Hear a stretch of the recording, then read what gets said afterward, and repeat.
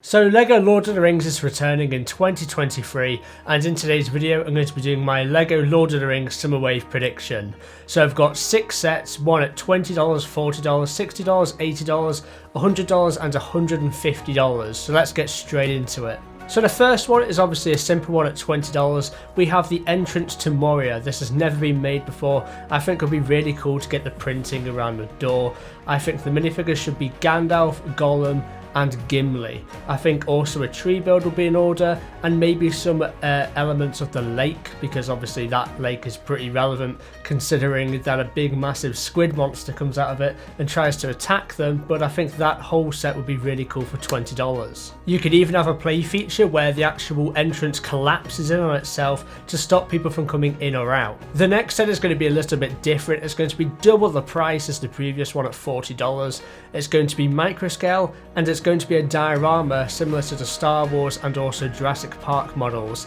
This is going to be the Argonath diorama. I think this would be a really cool desk piece, and I think you could get away, as long as the entire thing is micro scale, with having the two statues as two minifigures. I think that would be really awesome and actually clever. I think the tile as well, the quote tile, which obviously is present on all the other diorama sets, should say from Aragorn, "Long have I desired to look upon the kings of old." I think this set would be fantastic.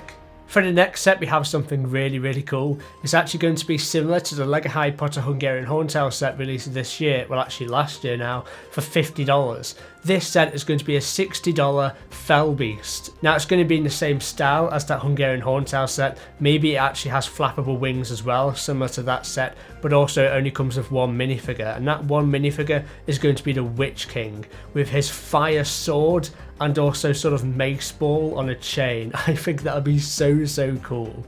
The next set on this list really needs to be made. Obviously none of these sets have been made before, but the fact this set hasn't been made in any of the previous LEGO Lord of the Rings sets in 2012-2013 time is baffling to me, and that is the Prancing Pony, because it plays such an integral part in the first film. Obviously we'll just have the bar in build with 2 floors, the top section where you sleep and the bottom section where you have the bar. The minifigures, I would have the barman, or either that or the gatekeeper, one of the two. And then I would have obviously Merry and Pippin there. I think those would be exclusive minifigures. You'd have Frodo, you'd have 2 ring wraiths. I think you need at least 2 of those ring wraiths. And also I would have Aragorn with his hood up, because obviously that's the first time you see Aragorn in the Prancing Pony with his hood up. I think that would be really cool. Now the next set at $100, this is going to be quite a different set. It's going to go off the trend as the other ones, because this is going to be a LEGO Lord of the Rings icon set. Now what exactly does that mean? Well, it's going to be similar to the LEGO Harry Potter Hogwarts icons, where we got a bunch of buildable objects. Now the buildable objects I have in mind for this are obviously the One Ring, because you can't have a set like this and not include a brick built ring. Maybe some of the other rings as well would be pretty cool. I would also have Sting, the elven sword, because that plays a pretty dominant role in the films, especially The Hobbit.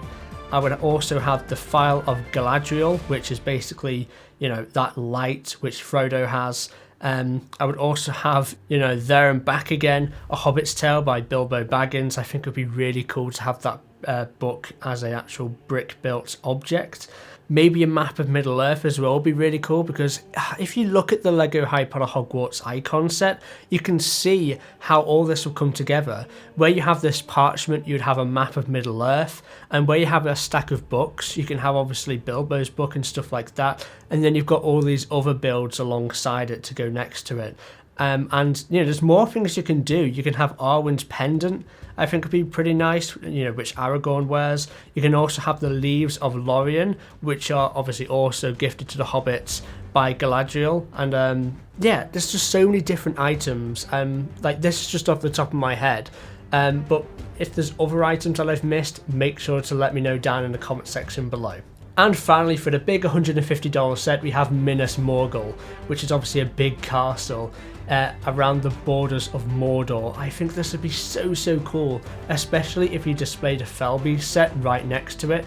You'd obviously have a lot of Nazgul minifigures, Uruk-hai army minifigures. You could also have Frodo, Sam and Gollum as minifigures, because obviously they pass close to that as they are on the way into Mordor. I think that would be super cool.